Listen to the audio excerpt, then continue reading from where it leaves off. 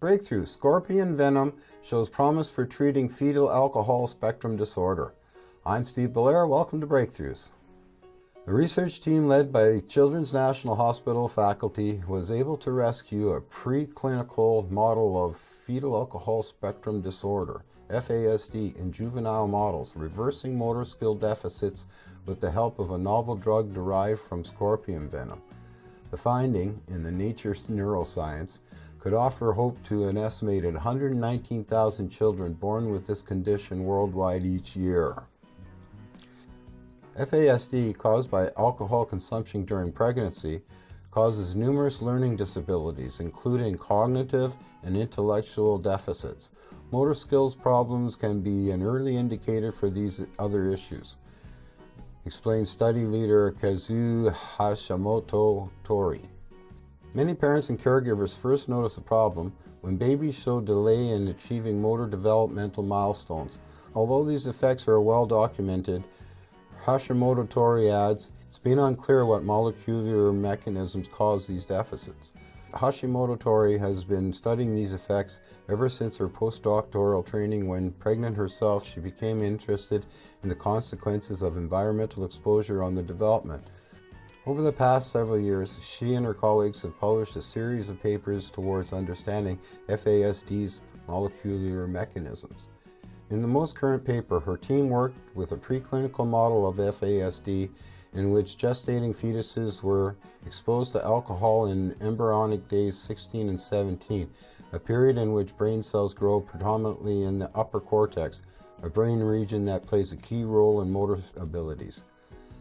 This embryonic period corresponds to early mid-gestation in human fetuses. When the researchers test these preclinical models 30 days after birth in 2 exams designed to assess both large and small muscle motor skills, they showed significant deficits in both areas. Searching for the molecular differences that might underlie this diminished performance, the researchers found that prenatal alcohol exposure immediately activated a signaling pathway known as a heat shock, which causes cells to produce protective proteins. These heat shock proteins were produced randomly in some cells rather than uniformly throughout the cell population. Using a preclinical model that allowed them to track the descendants of these rapidly dividing neurons, the team found differences in the expression of 93 genes. One gene in particular, known as KCNN2, which encodes a calcium-activated potassium channel, was overexposed in the cells that produced heat shock proteins. This gene has already been implicated as playing an important role in learning and memory. Cells in which KCNN2 was overexposed showed abnormal firing patterns. When the researchers administered a drug that blocks this channel, known as tamipin, and derived from Indian red scorpion venom, the affected cells' firing patterns reverted to normal. More importantly, preclinical models that received this drug at 30 days of life showed marked improvements in both large and small muscle motor skills.